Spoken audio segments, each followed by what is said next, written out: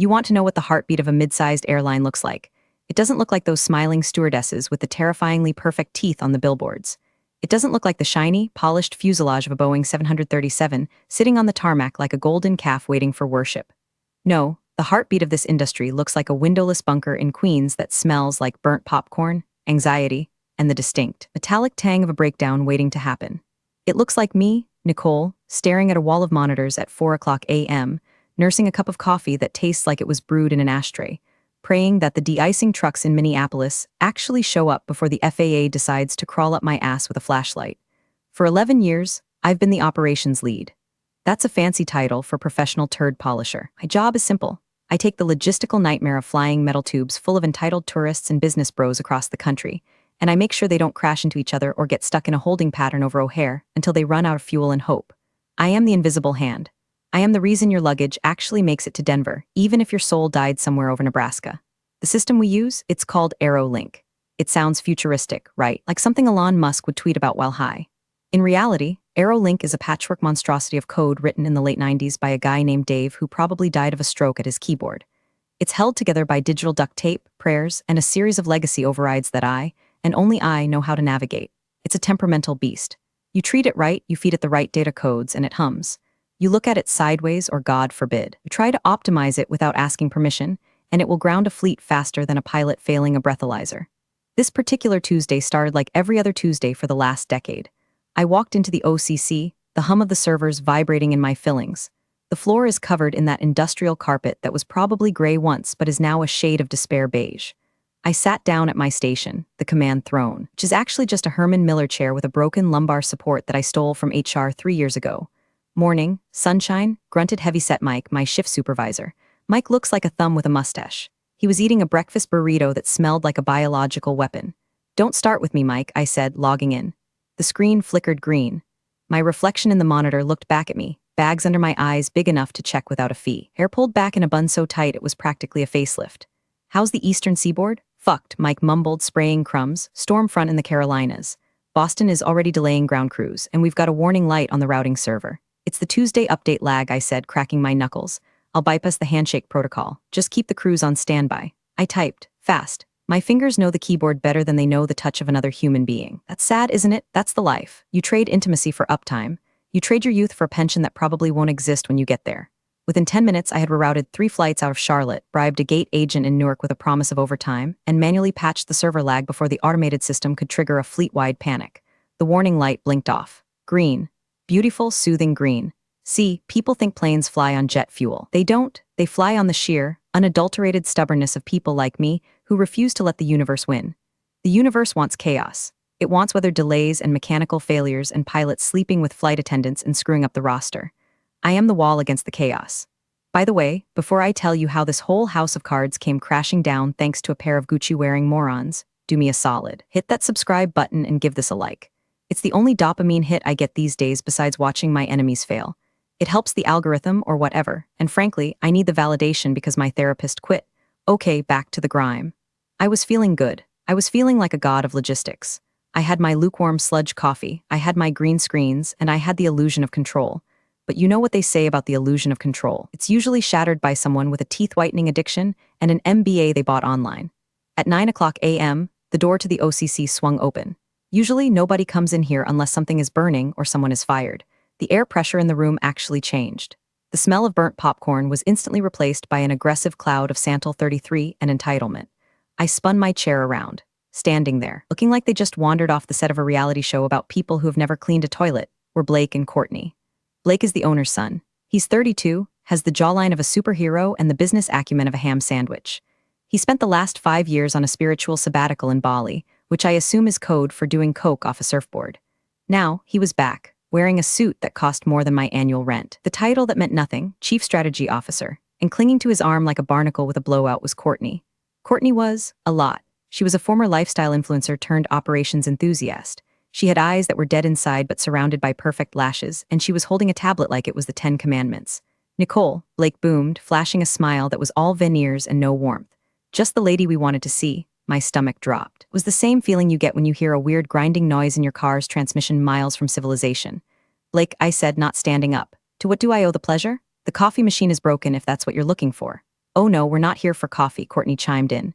Her voice was high, airy, like she was talking to a toddler or a golden retriever. "We're here to observe. Blake's dad thinks it's time we really understood the core of the business, you know. Streamline things. Streamline, I hate that word.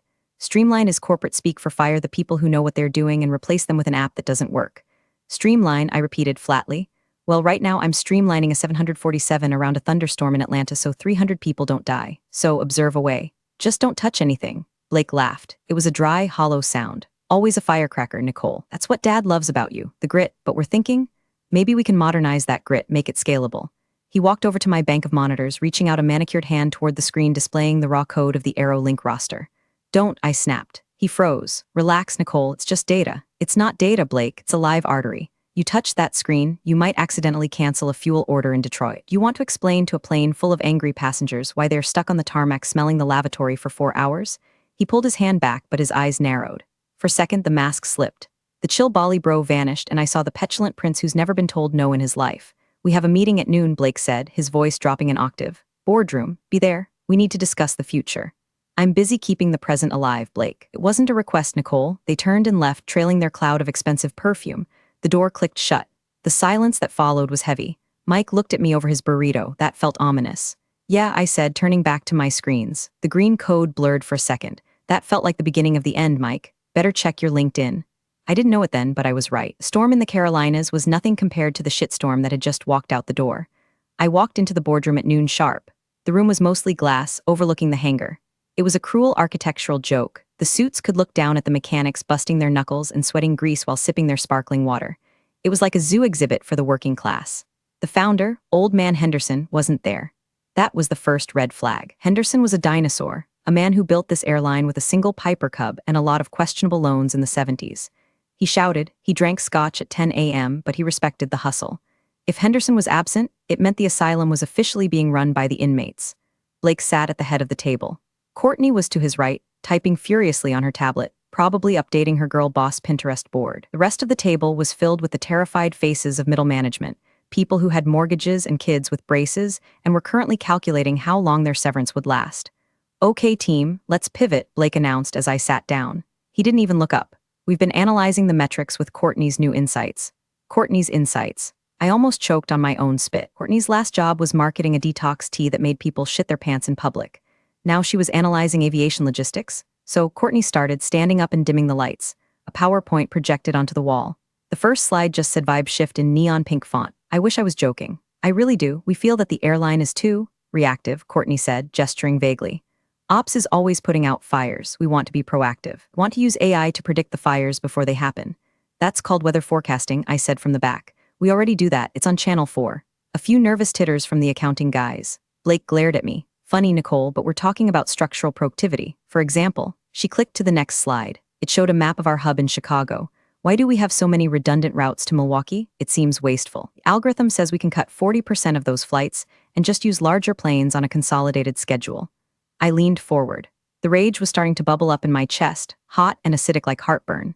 "Courtney," I said, keeping my voice dangerously low. "We fly the CRJ-200s to Milwaukee because the runway at the secondary airport can't handle the weight of the larger 737s. If you consolidate to big planes, you have to fly into the main hub, which has a landing fee that is 3 times higher. You will lose $2 million a month in fees alone. Also, the CRJs are for business commuters. They need frequency, not capacity. You cut the frequency, they switch to Delta. Silence, the kind of silence where you can hear the air conditioning wheezing." Courtney blinked. She looked at Blake. Blake looked at the table. "Well," Blake said, clearing his throat, "that's just legacy thinking. You can negotiate the fees. I know a guy. You know a guy who controls the Chicago Port Authority?" I asked. "Is his name God? Because that's who sets the rates." "Enough," Blake snapped. "The point is the ops department is bloated. We have too many people monitoring systems that should be automated. We're paying for expertise we don't need." He looked directly at me then. "We're going to implement a new dashboard. Salesforce integration. It's going to visualize the data so anyone can run ops. We won't need specialists hoarding information." I saw what this was. This wasn't about efficiency. This was about ego. They looked at me, a 45-year-old woman in a polyester company polo, smelling like stale coffee, and they saw a relic. They saw a glitch in their sleek modern matrix. They hated that I knew where the bodies were buried. They hated that they needed me. So they decided they didn't. For the next 2 weeks, the vibe shift began. It was a massacre. They fired Jerry, the maintenance scheduler. Jerry had a limp and a bad attitude, but he could juggle parts inventory in his head. They replaced him with a scheduling bot that immediately ordered 400 airplane toilets and 0 brake pads. They cut the night shift at the help desk. Nobody flies at 3 a.m., Blake argued. Except for the cargo haulers that make up 30% of our revenue. You absolute walnut, I watched it all happen. I tried to fight. I sent emails. I printed reports. I highlighted the catastrophic risks in bright yellow marker. Response from Blake, thanks for the feedback, Nicole. Let's stay positive and trust the process. The smiley face, that passive-aggressive, soulless colon parenthesis, it was the digital equivalent of spitting in my face. Courtney started shadowing me. That meant she sat in my office, scrolling through TikTok, occasionally looking up to ask stupid questions. Why are there so many codes? Can't we just color code the flights? Pink for on time, red for late? Because Courtney, I gritted out, slamming a reroute command into the console. The codes tell us why it's late. Mechanical, crew, weather, AC. A red color doesn't tell me if I need a mechanic or a priest. You're so negative, she sighed, blowing a bubble with her gum. You really need to work on your energy. It's affecting the team culture. The team culture? The team was terrified. Everyone was walking on eggshells. The break room, once a loud, raucous place where we traded war stories and gambled on arrival times, was now silent as a morgue. I went home that Friday and drank a bottle of cheap Pinot Grigio straight from the bottle while watching infomercials for pressure washers. I felt dirty. Not the honest dirt of a hard day's work, but the slimy, spiritual grime of watching something you built get dismantled by children playing with matches. I knew they were coming for me next. I could feel it in my bones like a storm front. They couldn't fire me yet. I held the keys to the kingdom. The legacy override. The custom scripts I wrote that bridged the gap between the ancient mainframe and the modern web interface. If I left, the bridge would burn. But they didn't know that. They thought it was all just data. So, I made a decision. If they wanted to drive the car, I'd let them. But first, I was going to remove the steering wheel. There's a specific kind of calm that comes over you when you decide to let the world burn. It's not peace exactly. It's more like the silence in the eye of a hurricane. You know the destruction is coming, you know the roof is about to get ripped off, but for this one moment, you just stand there and watch the barometer drop. I stopped arguing. That was the first sign, but they were too stupid to see it. Monday morning meeting, I just nodded. We're cutting the turnaround time in Dallas to 20 minutes, Blake announced, looking for a fight. Old Nicole would have screamed. 20 minutes isn't enough time to deplane, clean, fuel, and board unless you're throwing passengers out the emergency exits while taxiing. New Nicole just sipped her coffee. Great initiative, Blake. Very bold. Courtney beamed. See, I told you she'd get on board. It's all about mindset. Mindset. Yeah, my mindset was currently focused on creating a localized apocalypse. I went back to my desk and started the digital house cleaning. See, over the years, I'd written about 4,000 lines of custom script to keep Aero Link functional. These weren't official updates. IT didn't even know about half of them. They were patches, workarounds, band-aids made of code. Example, when the crew roster system crashes, which it does every Thursday, my script automatically pulls the backup data from payroll so we don't lose the pilot assignments. Without that script, the system just displays error 404, pilot not found, and the planes sit there until someone manually calls 300 pilots. I didn't delete the scripts. That would be illegal. That would be sabotage. I'm not a criminal. I'm a professional. Instead, I simply centralized them. I moved all my custom operational protocols into a single, encrypted user directory on the local server. My user directory, the one that was tied to my active employee credentials. The logic was sound. These are my personal productivity tools. If I am employed, they run. If I am not employed, well, access is revoked. Security protocol, right? Can't have former employees accessing the system. I spent 3 days doing this. I worked late. Courtney stopped by once, seeing me furiously typing. Wow, burning the midnight oil? Love the hustle, she chirped. Just documenting everything for the transition, I said, not lying. Making sure everything is in its right place. Perfect. We're bringing in the consultants from Deloitte next week to map the workflow. They're going to love what they find, I muttered. What was that? I said, I hope they're kind. By Thursday, the trap was set. My legacy override was now the structural load-bearing wall of the entire operation, and the detonator was my employment status. But I needed one more thing. A paper trail. A SIA, cover your ass, document so thick it could stop a bullet. I dug up an old compliance agreement from 2014. It was a dusty PDF regarding intellectual property of custom tools. It basically said that any code written by an employee specifically for personal workflow optimization remained the responsibility of that employee to maintain, unless formally transferred to IT with a 60-day review period. It was a loophole meant to stop programmers from claiming ownership of the company website, but the wording was vague. Personal workflow optimization. My scripts were personal. They optimized my workflow. I printed it out. I signed it. I buried it in a stack of hiring onboarding documents I sent to HR for the new interns. Nobody reads that shit. It was filed away in the basement of bureaucracy. The atmosphere in the OCC was getting weird. The new hires Blake brought in were useless. They were kids in skinny jeans who thought logistics meant ordering Uber Eats. One of them, a guy named Tyler, it's always a Tyler, came up to me. Hey, Nicole, the system is throwing a dependency error on the fuel manifests. Weird, I said, not looking up. Did you try rebooting? Yeah, it says admin authorization required. Advance, that's me. Oh, just hit bypass, I said. I'll authorize it later. Cool, thanks. They were already hitting the walls of the maze I built, but they were just climbing over them, assuming I'd always be there to catch them on the other side. That Friday afternoon, the summon came. Outlook notification, meeting, HR and strategy. 3 o'clock p.m., no subject line, no agenda. I knew what it was the execution. I looked around the OCC one last time. I looked at the flickering screens, the gray carpet, Mike wiping mustard off his shirt. I felt a pang of sadness. I loved this dump. I loved the chaos.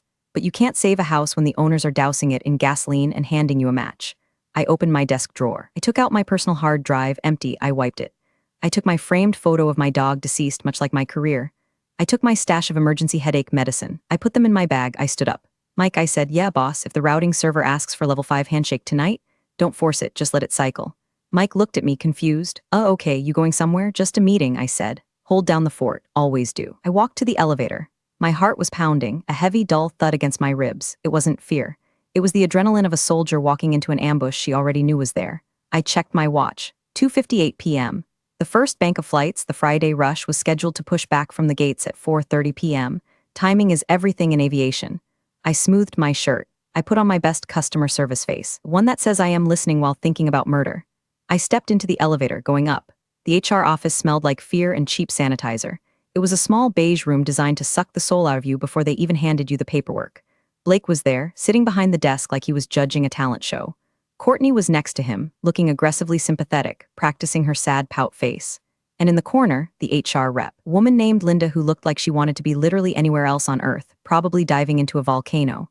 Have a seat, Nicole, Blake said, gesturing to the chair. The chair was lower than theirs. Classic power move. I remained standing. I prefer to stand, Blake. My back acts up when I sit near bullshit. Blake's jaw tightened. Okay, let's make this quick. We've been reviewing the structural changes for the ops department. And I asked, checking my watch. 3:05 p.m. And Courtney interjected, her voice dripping with fake honey. We feel that your traditional approach isn't aligning with the agile, future-forward vision we have for the brand. We need energy. We need fresh eyes. We need synergy. Synergy, I repeated. Is that the word for firing the only person who knows how the server works? See, Courtney pointed a manicured finger at me. That negativity. It's toxic, Nicole. We're building a family here. You're acting like a mechanic. I am a mechanic, I snapped. I fix the things you break. But please go on, fire me, say the words. Don't hide behind synergy. Be a big boy, Blake. Blake stood up, his face reddening. You are terminated, effective immediately. For insubordination and failure to adapt to new company protocols. Linda from HR slid a folder across the desk. We've prepared a severance package. 2 weeks pay. Standard NDA. If you sign now, we won't contest unemployment. 2 weeks. 11 years of keeping their planes in the sky, 11 years of missed Christmases and Thanksgiving dinners eaten out of a vending machine, and they offered me 2 weeks. It was insulting. It was perfect. I didn't look at the folder. I reached into my pocket and pulled out my ID badge. The plastic was cracked, the lanyard frayed. It had my face on it from a decade ago, looking hopeful. I didn't recognize that girl anymore. I tossed the badge onto the desk. It landed with a plastic clack right on top of Courtney's iPad. Keep the money, I said. I don't want your severance, and I'm not signing your NDA. You have to sign, Blake said, confused. Everyone signs, not me. Because if I sign that, I can't consult. And you're going to need a consultant very, very soon. Blake laughed. You think we can't run this place without you? We have the dashboard. We have the data. I looked at him. I looked deep into his empty, trust fund eyes. Blake, you have a dashboard that displays data I curate. You have a system that runs on logic I wrote. You think you bought a self-driving car. You didn't. You bought a stick shift and you just fired the driver while doing 80 on the highway. I turned to the door. Wait, Courtney said. You need to hand over your passwords. They're in the drawer, I lied. Written on a sticky note. Just like you like it, I opened the door. The hallway air felt cooler, cleaner.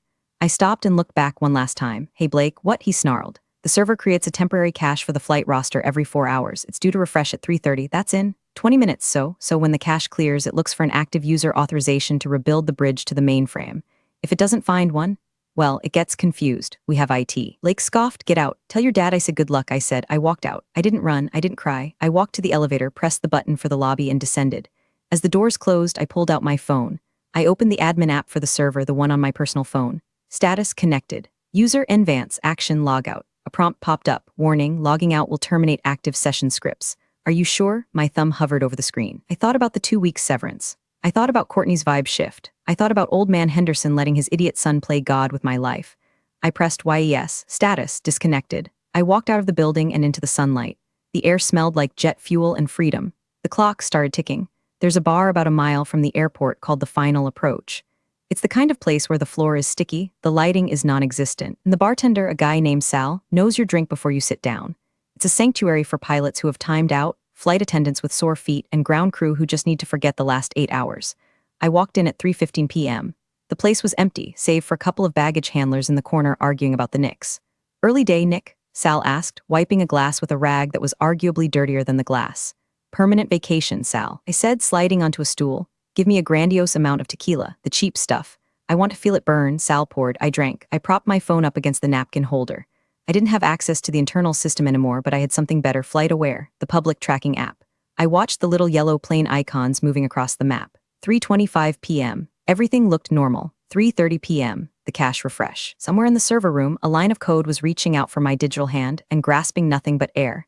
In my mind, I could see the OCC. Mike would be finishing his burrito. The vibe shift dashboard on the big screen would be displaying all green lights. Then the first glitch would happen. It wouldn't be big, just a flicker. Maybe flight 402 to Miami would suddenly show a departure time of null. Mike would frown. He'd tap his keyboard. "Hey, Tyler. Miami flight just dropped its tag." "Probably just a sensor," Tyler would say, chewing on his pen. "Refresh it." Mike would refresh. And when he did, the system would look for the backup script, my script, to reload the data. Access denied. Back in the bar, I watched the app. 3:45 p.m. Flight 402 suddenly changed status from on time to delayed. Then Flight 89 to Boston, delayed. Then Flight 112 to Seattle, delayed. "Here we go," I whispered, taking another shot. Inside the OCC, the vibe shift dashboard would be freaking out.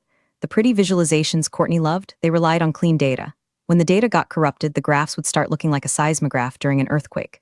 "Why is everything turning red?" Courtney would be screeching. "Blake, fix it." Blake would be yelling at it. "Reboot the server, turn it off and on." "But you can't reboot a missing limb." My phone buzzed. "No number." I let it go to voicemail. It buzzed again and again.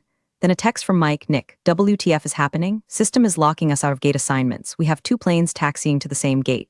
Pilots are screaming." I didn't reply. I took a sip of my beer. It's a terrible thing, watching a disaster you engineered. It's also intoxicating. I imagined the pilots on the radio. "Tower, this is Flight 664. We have no gate assignment. Holding on taxiway Bravo. Flight 664, Tower, we show you at gate C4. Negative, Tower. C4 is occupied by a Delta Airbus. Where do you want us? Stand by?" Our screen just went blank. The drift had begun.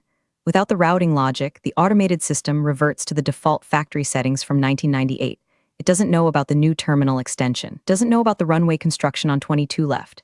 It just starts throwing planes into slots that don't exist physically, only digitally.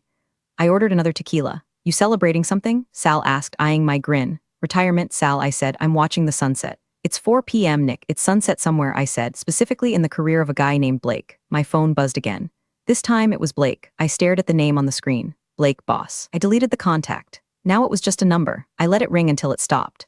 The bartender turned up the TV volume. "Breaking news," the anchor said. "Reports of significant ground delays at JFK and LaGuardia. Passengers are reporting confusion and cancellations. Apparent system-wide outage for a regional carrier." I raised my glass to the TV. "Cheers, Courtney," I whispered. "Hope that proactive mindset is working out for you." By 5 p.m., the airline wasn't just delaying flights, it was effectively paralyzed.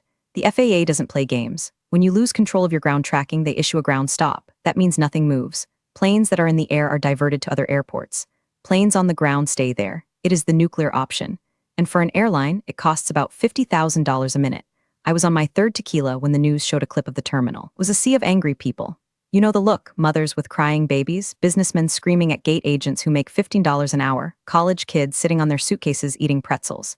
It was Dante's Inferno with fluorescent lighting. Back at HQ, I imagined the scene was different. According to Mike, who was now live texting me the play-by-play like a war correspondent, old man Henderson had arrived. Henderson is 80 years old, walks with a cane that looks like a weapon, and possesses a temper that could peel paint off a wall. He didn't just walk into the boardroom, he stormed in. "What in the unholy hell is going on?" Henderson reportedly roared. Blake was sweating through his expensive suit. "It's a glitch, Dad, a cyber attack, we're being hacked." "It's not a hack, you moron," Henderson yelled. "I just got off the phone with the FAA. They say our transponder codes are scrambling." "Who is running ops?" "Courtney is overseeing it," Blake stammered. Henderson looked at Courtney, who was currently crying into her detox tea. "Where's Nicole?" Henderson asked, the question that should have been asked 2 hours ago. We let her go," Blake whispered. "You what?" "This is the part I love, the realization. The moment the coyote realizes he ran off the cliff. She wasn't a culture fit." Courtney wailed. "She was negative. She was the only one who knew how to run the damn airline." Henderson screamed. "Get her on the phone. She's not answering," Blake said. "Then go to her house, drag her back here," but they couldn't because I wasn't home. I was at the final approach, eating stale peanuts and watching the carnage. But I had left them a little breadcrumb. See, I knew this day would come. I'm paranoid. I'm an ops manager. My job is to expect the worst-case scenario. On my desk, under a pile of manuals, I had left a sealed envelope. It wasn't hidden, but you had to actually look for it. It was labeled, "In case of emergency, break glass or open envelope." Mike told me later that he found it. He handed it to Henderson. Henderson tore it open. Inside wasn't a password. It wasn't a key. It was a single sheet of paper. On it, I had printed the system architecture map, a spiderweb of lines connecting the servers to the dispatch software. In the middle, circled in red marker, was a node labeled User, nvance/personal script directory. And below that, a copy of the compliance agreement I signed back in 2014. The one that said personal tools are the responsibility of the employee. And a sticky note, Clause 4, Section B. Upon termination, all personal workflow optimizations are automatically purged from the active server to protect intellectual property and security. Liability for system dependencies on personal tools rests with the administrator who authorizes the termination. You trusted your son with the keys, Henderson, but I built the engine. Nick, Henderson, read it. His face apparently went from red to purple to a terrifying shade of white. He looked at Blake. You fired her, Henderson said, his voice quiet. The scary kind of quiet. And you didn't check for dependencies? She didn't tell us, Blake whined. It was her job to run the system. It was your job to know what the hell the system was. Henderson threw the paper at him. You just purged the operating system because you didn't like the wallpaper. Fix it. Henderson barked at the IT guys. We can't, the lead tech said, looking pale. The scripts are gone. They were tied to her user profile. When she logged out, poof, we have to rebuild the routing logic from scratch. How long? Weeks. Maybe months to get it fully automated again. We have to go manual. For modern airline, going manual is like trying to solve a Rubik's Cube while falling out of a plane. You have to use whiteboards, phones, and paper strips. It slows everything down by 80%. The airline was effectively dead in the water. And me? I ordered some mozzarella sticks. They were delicious. My phone started blowing up around 6:30 p.m. First, it was Blake again. 7 missed calls. Then a text, Nick, please pick up. We can work this out. We'll double the severance. Double the severance. 4 weeks pay. Wow, don't spend it all in one place. I blocked him. Then Courtney. Nicole, this is really unprofessional. People are suffering. You need to be the bigger person. The audacity, the sheer, unadulterated gall of this woman to lecture me on professionalism while she was responsible for stranding 5,000 people in Newark. I replied, try using the proactive mindset to fly the planes, Courtney. Maybe manifest a flight plan, then I blocked her too. Then the big one. Caller ID, Henderson SR. I stared at the phone. I respected Henderson. He was an asshole, but he was a competent asshole. He built the company. He knew the grit. But he also let his idiot son treat me like garbage. He stepped aside and let the vibe shift happen because he wanted to retire to Florida and play golf. He was complicit. I let it ring 3 times, then I picked up. Hello, Nicole. Henderson's voice sounded old, tired. It's a shit show down here, I noticed, I said. The news says you guys are breaking records for cancellations. Cut the crap, Nick. The kid's screwed up. I know it, you know it, but you're hurting the airline. You're hurting the brand. I didn't hurt anything, sir. I was fired, I left. The system did exactly what it was programmed to do, protect its security integrity. Smartass, he grunted. Look, come back tonight. I'll fire Blake. I'll fire the Barbie doll. You name your price. Just get the damn planes in the air. This was it, the victory lap. I could walk back in there, save the day, be the hero. I could get a raise. I could have Blake crying in the parking lot. It was tempting. God, it was tempting. Fixer in me was screaming to go press the buttons and make the red lights turn green. But then I thought about the last 2 weeks. I thought about the streamlining. I thought about the disrespect. If I went back, nothing would really change. Henderson would eventually die. Blake would eventually inherit the company again. And I'd just be the janitor cleaning up their mess until I dropped dead of a stress-induced stroke. I can't do that, sir, I said. Name your number, Nicole. 200K, 250? It's not about the number, I said, swirling my drink. It's about the liability. You see, if I come back now and fix it, I'm admitting that I sabotaged it. I'm admitting that the system was dependent on me in a way that was negligent. Lawyers would have a field day. I'll sign a waiver. No, I said firmly. The bridge is burned, Henderson. You let them light the match. You have to sit in the ashes. Nicole, please, he said. He sounded broken. I'm losing $10 million a day. You should have thought about that before you replaced your structural engineer with an influencer, I said. Goodbye, Mr. Henderson. I hung up. I felt a strange sensation in my chest. It wasn't guilt, it was lightness. For the first time in 11 years, the planes weren't my problem. I paid my tab. Sal looked at me with respect. You look different, Nick. I feel different, Sal. I feel streamlined. I took an Uber home. The driver was listening to the radio. Airline stocks plunging in after hours, trading as operations at Air Regional grind to a halt. I leaned back in the seat and closed my eyes. The silence was beautiful. Saturday morning, I slept in until 10 o'clock a.m. That hasn't happened since the Clinton administration.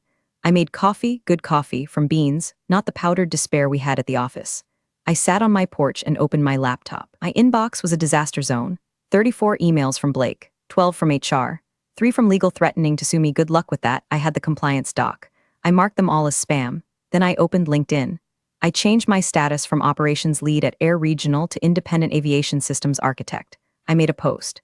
Just a simple text post, available for immediate consultation regarding legacy system integration, crisis management, and crew routing logic. Proven track record of maintaining 99.8% uptime.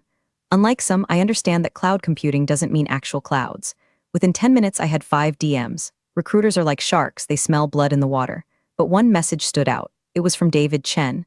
David is the VP of Operations at Transcontinental, our biggest rival. They fly the same routes, use the same airports, but they charge $50 more a ticket because they pretend to be fancy. Message, Nicole, saw the news. Assuming the meltdown at AR is related to your availability, we've been trying to crack their routing efficiency for years. If you're free, I'd love to buy you lunch. Today, name the place. I smiled.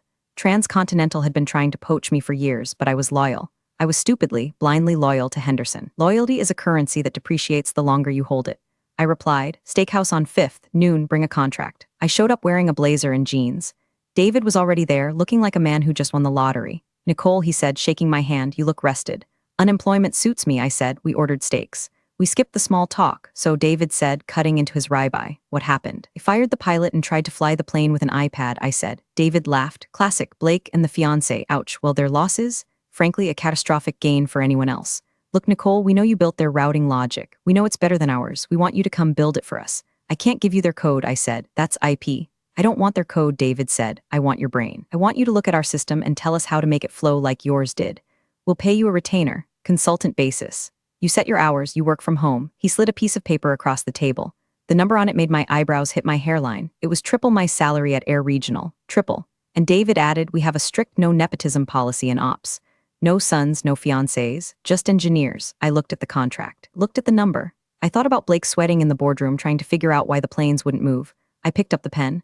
One condition, I said, name it. I want full autonomy. If I say a system needs to be fixed, it gets fixed. No committees, no vibe shifts. Done, David said. I signed. Welcome to the dark side, David grinned. The dark side pays better, I said, and the coffee is probably fresher. As I left the restaurant, I checked the news on my phone. Air Regional had canceled 80% of their flights for Sunday. Their stock was down 14%. There were rumors of a class action lawsuit from passengers. I felt a twinge of pity, just a twinge, like a muscle spasm. Then I looked at my new contract and it went away. Monday morning. The day the world goes back to work, unless you work for Air Regional. In which case, Monday was just day 4 of the hostage crisis. I was sitting in my living room, wearing pajamas, logged into the Transcontinental servers. Their system was a mess, clunky, bloated code, but it was fixable. I was already rewriting their dispatch protocols. It was like surgery, clean, precise. I had music playing. I had a candle burning. It was the most peaceful workday of my life. On the TV in the background, CNN was broadcasting a live press conference from Air Regional HQ. I turned up the volume. Blake was at the podium. He looked like he hadn't slept in 3 days. His tie was crooked. The glow he had from Bali was gone, replaced by the gray pallor of a man who knows his inheritance is evaporating. Courtney was nowhere to be seen. Rumor had it she fled to Chillum to realign her chakras when the first death threats started rolling in on Twitter. We are working around the clock to resolve the technical difficulties, Blake stammered into the microphone. We have brought in top experts. Mr. Henderson, a reporter shouted. Is it true that the outage was caused by the firing of your operations lead? Blake flinched. That is an internal personnel matter. We are moving forward with a new, robust system. Robust, the reporter pressed. You have planes stranded in Des Moines with rotting seafood in the cargo holds. How is that robust? I took a sip of my coffee. Get him, I whispered. And what about the reports? The reporter continued. That your former lead is now consulting for Transcontinental? Is that why their on-time performance jumped 5% this morning while yours is at 0? Blake froze. He actually stopped breathing for a second. He looked like a deer in headlights if the deer was wearing a $5,000 suit and was an idiot. I have no comment on that, Blake squeaked. The camera panned to the side. Old man Henderson was standing in the wings. He wasn't looking at Blake. He was looking at the floor. He looked defeated. He knew right then that the game was over. Transcontinental was already absorbing their passengers. We were honoring their tickets for a small fee, of course. We were eating their lunch, drinking their milkshake, and taking their parking spots. My phone buzzed, a text from Mike. Dude, Blake just threw up backstage. Henderson is firing everyone. He's talking about selling the airline to Spirit. Spirit, Nick. We're gonna be the Greyhound of the skies. I replied. Get out, Mike. Send your resume to David Chen. I'll put in a word on it. I closed my laptop. I didn't feel like a hero. Heroes saved the burning building. I felt like something else. I felt like a force of nature. I was the gravity that kept the planes up, and I was the gravity that brought them down. They treated me like a mechanic. They forgot that the mechanic is the only one who knows how to cut the brake lines without leaving a trace. I walked to my window. I live under the flight path of the airport. A plane roared overhead. A transcontinental 737. It was on time. It was climbing steep and fast, cutting through the clouds. I raised my coffee mug to it. Fly safe, I said. Blake lost his job a week later. The airline was sold for part 6 months after that. Courtney started a podcast about overcoming toxic workplaces. I listened to one episode. It was mostly ads for gut health powder. Me, I'm still consulting. I make more money in a month than I used to make in a year. I bought a boat. I named it the Override. Sometimes when I'm drinking alone and listening to the hum of the servers, I miss the chaos of the OCC. I miss the smell of burnt popcorn. But then I check my bank account, and I remember competence is expensive. Disrespect is unaffordable. And revenge is just efficient routing. You're the real MVPs of the office jungle. Thanks for watching. Smash that subscribe button, or the coffee pot might just forget your next brew.